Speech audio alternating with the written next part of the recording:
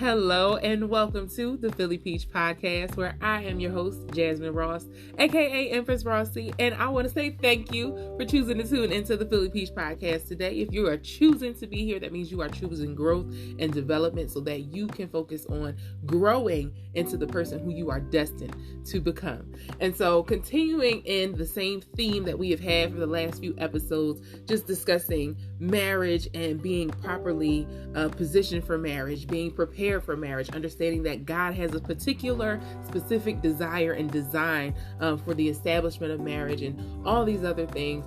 I decided that it was time to talk about the difference between a single woman and a single wife. And I have now adopted this term, the single wife, over the last few episodes and the creation of the last few episodes, because I recognize that which I had briefly explained previously, is in the Proverbs 18 verse where it says, "He who finds a wife finds a good thing and obtains favor from the Lord." And I was like, okay, so that means you can be single and be a wife. However, the society we live in today, there's quite a bit of single women who desire to be a wife, but they do not possess the character, they do not possess the qualities, they do not possess all the things that are necessary to even be in the position of a wife, but they want to be a wife. And it is evident in a lot of the things that so many women continue to perpetuate or say or share online or on social media, and all the many outlets that we have today. And I wanted to take the time to actually speak my perspective on things, to come against a lot of the things that I believe women are perpetuating, that are things that are really detrimental and negative, that are harmful to the establishment of marriages, most especially to marriages in the way that God desires them to be established. So to kind of break this down, to separate the single women from the single wives, okay? Because I'm a single wife. You right now listening, you just very well may be a single wife, okay? And just to give you a little measuring scale, if you will, to kind of see where you fall at, I'm gonna just ask you a few questions real quick, and then you think to yourself, how does this apply to me, right? And what aspects of this do I perpetuate or not, okay? So consider this. If you often openly say you don't need a man, you, my dear, might be a single woman and not a single wife, okay? If you often say that a man has to be more established, have more money than you, have all these things before you get there, have no desire to invest in him, you, my dear, might be just simply a single woman and not a single wife, all right? Consider, right, if you're a woman who starts phrases with "all men fill in the blank," you, my dear, just might be simply a single woman and not a single wife. All right. And here's the thing. It's not necessarily a bad thing if you are just simply a single woman, because you can become a single wife. That's what we're here for. Okay, that's what the establishment of the Philly Peach Podcast is here for. Maybe who you are right now, you continue to say things like you don't need a man, foolishly, ignorantly, not knowing what you are saying, and speaking against the destiny that God probably has in store for you, but you're speaking against it, so you'll never see it. You'll never see it. It's not going to happen. And then you may be a woman and you say you don't want to invest in him. Well, guess what? You're meant to be his helpmeet. Right? So that means that man has a purpose, that man has a vision, that man has a goal, right? And so you may come along at a time when he has yet to fully establish these things, but he does have something in place, but it just doesn't look like what it's going to look like when it includes the vision and the beauty and the blessing that you hold, the keys that you still hold to the fulfillment of that vision for his life. You're meant to help him meet the fulfillment of the goal, the purpose that God has already given him. Okay.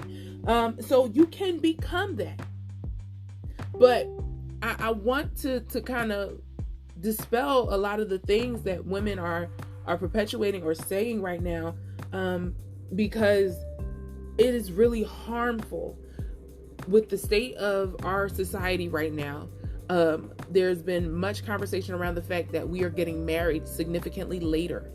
The kind of damage that does to get married so much later in life. I've heard it being said, being more set in our ways, not being as malleable, pliable, willing to work. And that is evident in the fact that many people are not willing to even simply work on themselves to improve the character and qualities that are necessary for the establishment of a marriage. And this is why I want to tackle this topic, because I've had conversations with men, but I have also just simply listened to the conversations that men are having about the difficulty of finding a woman who they can make their wife, okay, who will make them a husband. Because so many men are having a tough time with this, it's primarily the fact that many women are coming into relationships or coming into the beginning of a relationship with these preconceived notions of what they deserve or what they're worthy of or what a man should be giving them, that either A, they do not also offer, or B, they have not invested anything to get that from him. Okay? But there's this mentality that it's necessary that he invests in you, and because you're the quote unquote, you're the prize, or you're the one who he's supposed to. Now, yes, in a man pursuing you, there are certain things that should be there. There are certain things that he should do. However, I believe that there is a distortion between understanding what is a privilege for a man to do for you, what is standard for a man to do for you, and what is an expectation for a man to do for you, right? Your expectations are things that you have, that you would like, right? Your standards is what you apply to everybody, no matter who it is, no matter who the guy is, no matter what your status is in your life. That the standard ought to be the very thing that you are measuring every individual by, no matter what. The standard is just that it is set and it does not change. It is a specific model or a specific, dang, the word escapes me. But it's basically, it is a specific thing that you are using to look at and compare to say, okay, hey, this is what it is. Does he have that? This is what it is. Does he do that? This is what it is. Can he do that? That's how a standard ought to work. Okay. It's just like, for example, with the job that I have, just to give you an idea of what standard opening procedure for any account, a person must have 2 forms of ID and proof of address. No matter who they are, no matter what their status is, no matter how much they're coming into our company with, they have to have 2 forms of ID and 1 piece of information that certifies where they live at. That is the standard. I don't care what your status is. I don't care what your first last name is. I don't care what you do for a living. You have to have those standard items, those standard things, in order for us to open up the account for you. So, being that being said, that is how a standard ought to work. Okay? Many women are not looking for standard things. They're looking for privileges at the start of the relationship. And a privilege is something that is a special or exclusive benefit for a particular person or group, right? It is exclusively reserved for that particular person or group, or it's a special advantage that you gain, or a right that is not enjoyed by all others. So it is something that is exclusively given, right? So some women are looking for things that are exclusively given to a wife, right? Some men look for things that ought to be exclusively given to a husband, right?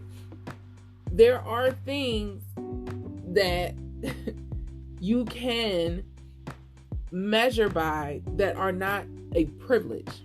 Now, here's an example. A few weeks ago, I watched this video on Instagram, and it baffled me, to say the least. This woman was talking about a date that she went on, and she posed the question, am I wrong for kind of like dismissing the guy? She went on a date. She arrived just before he did at the restaurant they were meeting at, and she chose to valet her car when she pulled up.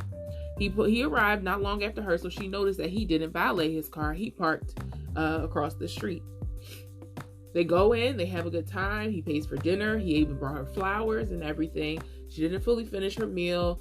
But they now leave the restaurant. She has her doggy bag and she has her flowers and like her purse in her hand or whatever it was. And she says that they come out and the valet guy is standing there and they're both just standing there looking at the valet guy. And at that point, the valet guy is kind of like just waiting for one of them to say something. And because nobody said anything, the valet was like, oh, hey, let me just get your keys and I'll go grab your car. And the whole time she's thinking like, wow, he didn't even offer to pay for my valet. Now, the fact that my thinking is the man just paid for dinner. He paid for flowers, right? Now, I'm sure every woman this man meets does not get flowers. That's a privilege because he did not have to do it. So that's what I mean when I say that there's a difference between standards, privileges, and expectations. Her expectation, because of her previous experiences, was that, oh, he should pay for my valet. But that's not necessarily true. And it's not something that she's entitled to from this man because she's not exclusively somebody that he has a relationship with. This was their very first date, very first meeting. They had talked over the phone, but this was the first meeting. So she's not entitled to that privilege of having her valet paid for. That is something that a husband would do for his wife. Why? Because now y'all are exclusively joined in marriage. Y'all are exclusively joined in a relationship where he is expected to be the provision, right? And that's something very small, very minor. And a man who's in the position of being your husband wouldn't even be, fazed by something as simple as paying for valet, right? But here we are, you're at the first instance, first engagement or first meeting in the relationship with this man, and you have an expectation for a privilege that you have not earned. In comparison to you having that, you can't necessarily say that that's your standard if you haven't already expressed that this is something that you require.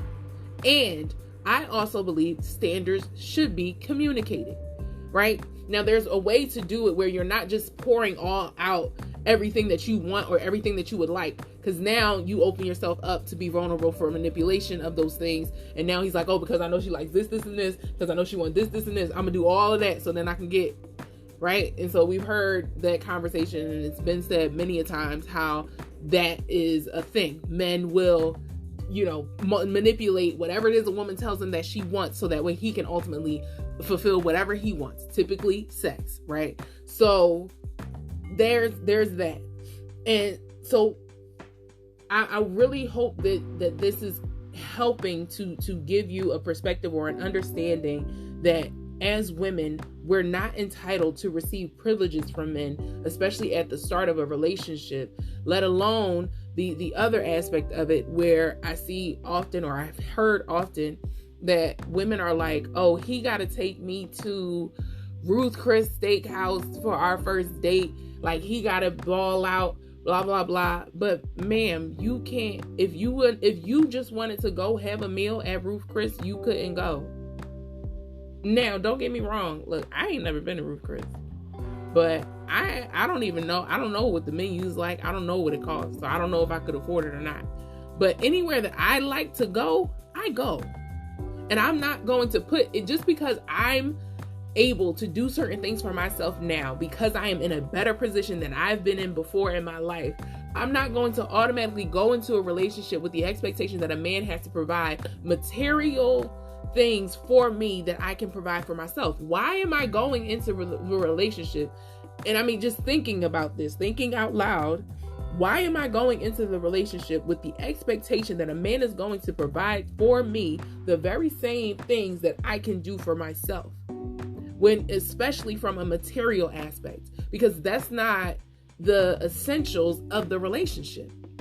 His provision for the material things that I simply desire, that are not a necessity in my life, are not his responsibility as yet.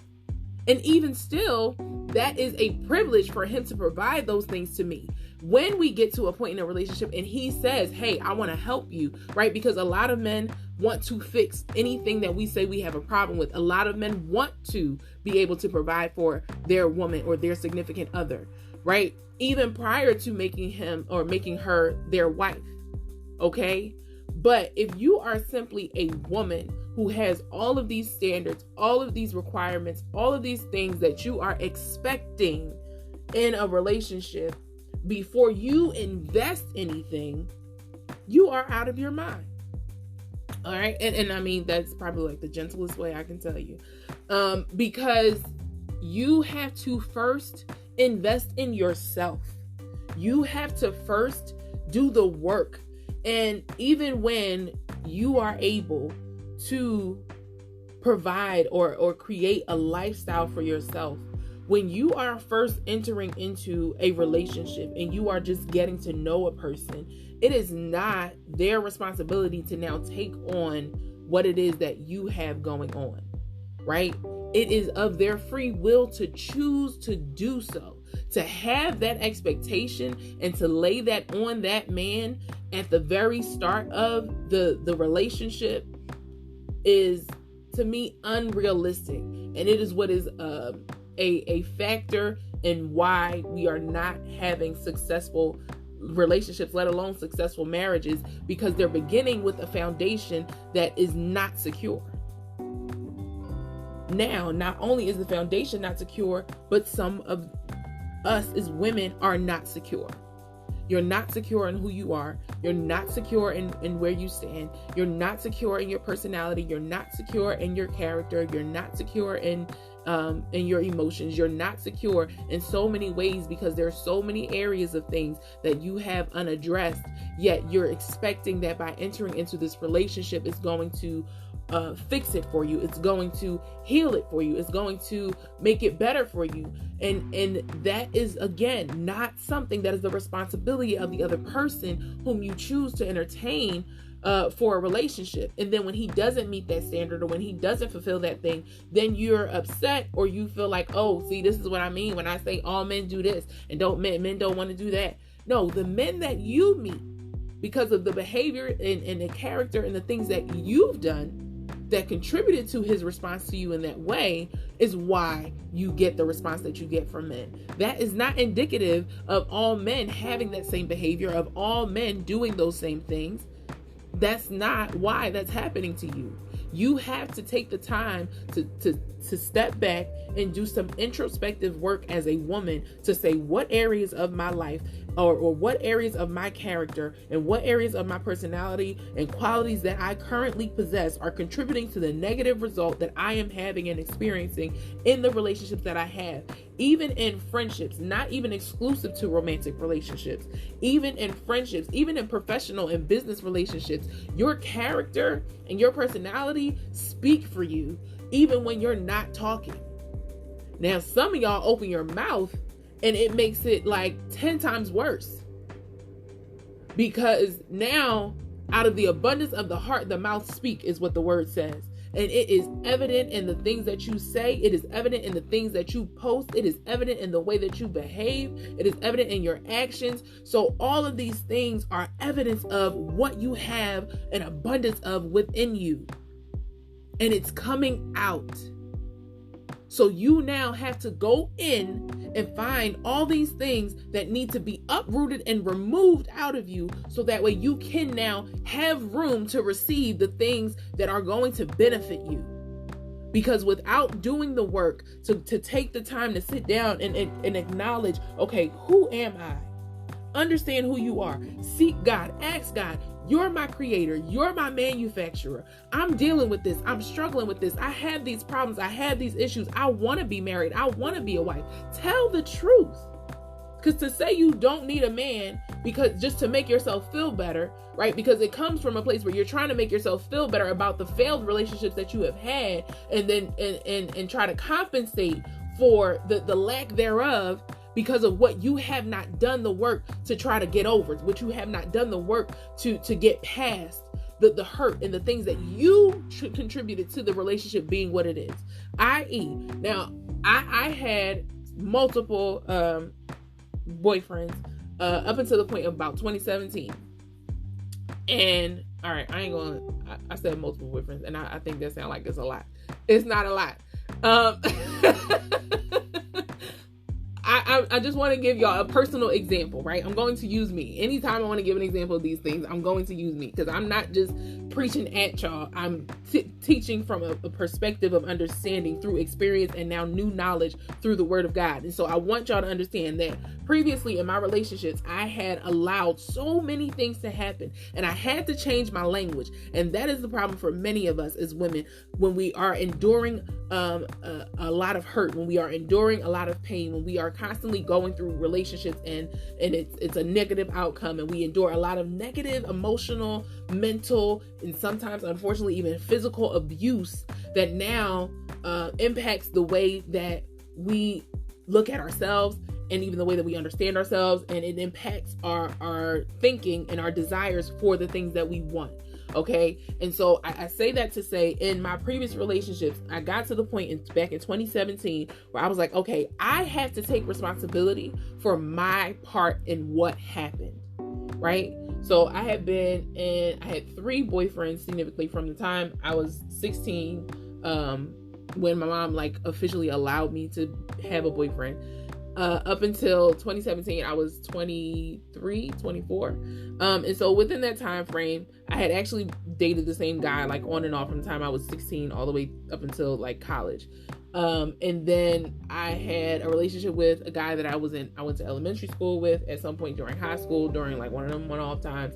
And then later on, I met the last boyfriend that I had from a job that I had working at Target once upon a time. So in those relationships though, up until that point in 2017, I had just broken up with the last guy, and I was like, I know that I want to be married, and I know that I don't want to continue the same things in my marriage that I have done in my previous relationships. So I'm going to take the time to really just focus on me and God, to sit down and understand my identity in God. Who does God say that I am? And how do I remove the things that I don't want to add to my relationship, that I don't want to add or bring into my marriage? Because at that time, at just the young, tender age of 23, I recognized that there are some qualities of things that I don't even like in myself right now. And because I don't even like them, I definitely want to get rid of them. And I don't want to bring anything extra that I have the power and I'm in position to correct in my life and myself right now in my singleness to not bring into my marriage. So that way, any other challenge that my marriage is going to face will not be hindered in addition to or additionally by the things that I didn't take the time to correct when I had the chance to correct them on my own. Because my husband or whomever that man is at that time, I'm just like, it's not going to be his job to fix those things. Now, are some of the things that I'm preparing or learning or understanding going to need to be practiced once I get married? Yes. So there's going to have to be now a period of time where I'm implementing the things that I have learned, where I'm implementing the things that I have been practicing. But prior to that, I have to now take this time to focus on what areas of the relationship had I contributed to that led to me lacking in being able to communicate, that led me to being so prideful and stubborn, that led me to being upset and crying because I didn't know how to express my emotions or my feelings, that led to me just constantly beating myself up because of things that were said to me, allowing myself to be mentally abused, allowing myself to be emotionally manipulated, allowing myself to endure all these different hurts, aches, and pains. What is going on in me that I need to correct so that I don't allow or tolerate to endure these types of things within my life or with myself ever again? I had to have a real, honest moment and conversation with myself to understand where I was, to really assess how do I get to where I really want to go. And too often nowadays, Many folks are not willing to do that. And because they're not willing to take the time to sit down and do the introspective work for themselves, to develop themselves, to enhance themselves, to improve themselves, they lack and they miss the opportunity to actually have what they desire. And even more so, because you don't want to do the work on yourself, you also don't want to then put forth the effort in the relationship. You're not willing to do the things to invest in the relationship. You cannot be the only investment. There needs to be some level of reciprocity. And then when you are actually taking the time to understand who you are in God, and then truly learning and understanding God's desire and his design for marriage, you will understand that there will be some things I'll just have to let go of. I'm just going to have to sacrifice this. Even if I don't get something in return for this, I'm willing to sacrifice it because I can see that there's a greater benefit. Even if I don't get this thing, I can still benefit from having that thing. And because that thing is more important than the thing that I desire, I'm willing to give up what I desire for the thing that is going to benefit both of us. But many people are not even willing to sacrifice in their relationship with God, let alone engage in their relationship with God to get to the point of understanding the power and the authority that we have over the things that reside within us that lead to the decisions that we make. Again, going back to out of the abundance of the heart, the mouth speaks. And so correlating it with the fact that if you do the work, if you look inside yourself to see what seeds have been planted, what plants have grown from the seeds that were planted, what fruit can I acknowledge in my life that I see that there's fruit from this, there's fruit from that, there's fruit of my pride, there's fruit of my hatred, there's fruit of my envy, there's fruit of my jealousy. All these things are negative fruit, and it is evident in the way that I speak. It is evident in the way that I act in these relationships. It's evident in all these things that are happening in my life. Now, how do I tackle this to get over this? How do I tackle this to move forward, to get past the stagnation that I've arrived at because of my lack of understanding, because of my lack of a desire to change? To say this is the way I am, or this is just who I am, or this is just a part of me, pigeonholes you to remaining just where you are. And you won't ever see the beauty of the blessings of the things that are really awaiting you, because you're not taking the time to truly do the work that is necessary for you to gain the benefits of those blessings. And you cannot continue to speak against them. You cannot continue to speak the very thoughts that come to your mind, because everything that comes to your mind does not have to come out of your mouth. But again, it's evidence of what's inside your heart. If you take the time to spend time with God, because who better to tell you who you are than the one who made you? Who better to learn about the product from than the actual person who created it? I could learn a whole lot more about a product from the manufacturer than I can from a fellow consumer. Why? Because the consumer only knows what their experience is. And you can tell, and that's evident going back to my position in banking that I have. You can look at our surveys, you can look at reviews, and every customer has a different experience. But if I come to the actual manufacturer, if I come to the company to find out what is this supposed to be versus what they say their experience has been, I can really get to the heart of the thing. And that's the same thing we need to do with ourselves.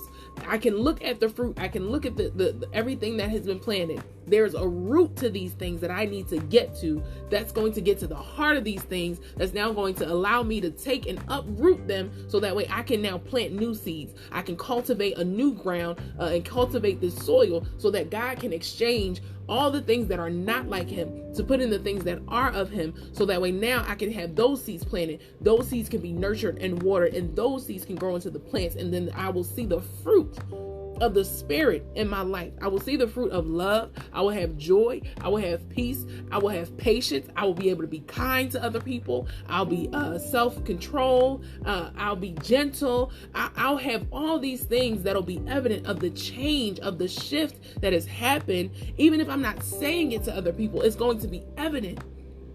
It will shine forth because of the way that you present yourself, because of the way that you speak, because of the way that you carry yourself, the way that you behave. That will now be evident.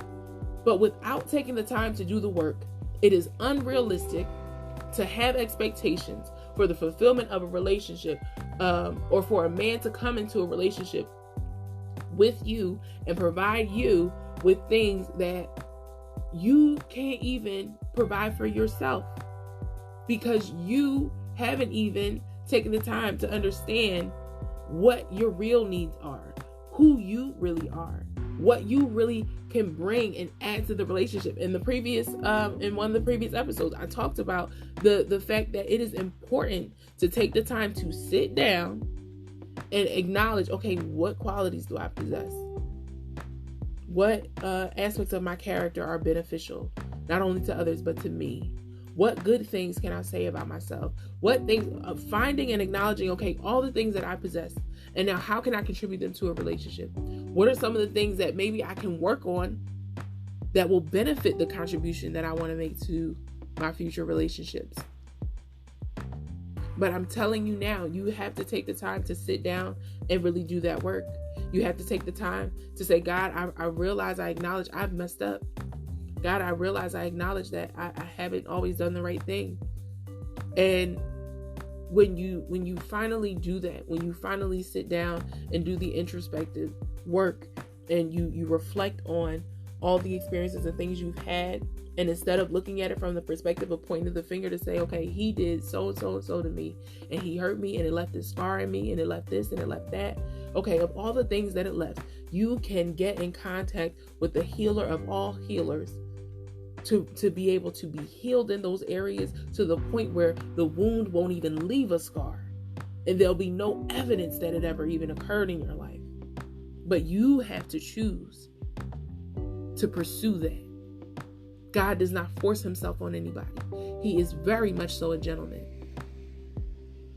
And so I'm going to pause here, because there's going to be a part 2 to this episode where I'm going to talk about the implications of these things and how it could impact your future marriage, and why it is beneficial to do the work. Because of the way that marriage is established, you become one flesh with this person. So working on these things before you enter into that marriage, working on these things before you and that person become one flesh, now eliminates some of those things that you would be now bringing and attaching to that other person, or even the things that could be attached to you. So it is important to do this work. It is important to prepare yourself in this way. And it is important to understand that there are certain things that you need to reevaluate to understand, is this something that I'm expecting that is standard? Or is this simply just a personal expectation? Or am I really seeking a privilege that I have yet to earn? And maybe that's something to just have a conversation about, to say, hey, this is something that I expect, because this is something that I require, because standards can be simultaneously a requirement, right? Because this is something that everybody has to meet. So either you can do it or you can't. So these are things to really sit down and reflect on for yourself. What is in your heart? Who have you been listening to? What have you been entertaining? What have you been looking at? These are the things to consider. Because out of the abundance of the heart, the mouth speaks. And what you're putting in by what you watch, by what you hear, is what's contributing to what you say. It's what's contributing to what's in your heart. It's what's contributing to what you think. So do the work. If faith come by hearing, and hearing by the word of God, then the opposite of that must be true. Faith is diminished by hearing things that are not the word of God. So if I'm constantly listening to things that'll perpetuate the same negativity that I've already experienced, then that's all I'm going to continue to see. That's all I'm going to continue to think. If I keep speaking, right? It's hold on, I got it right here. Proverbs 12 verse 14. From the fruit of their lips, people are filled with good things, and the work of their hands brings them reward. So from the fruit of their lips, people are filled with good things. So you know what that means? The opposite of that must also be true. So from the fruit of your lips, you're either filled with good things, right? And if the fruit of your lips is not good things, then guess what you're filled with? The bad things.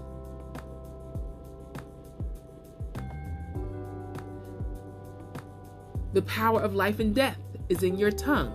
Yet another one. What are you saying? Are you speaking life to what you truly want?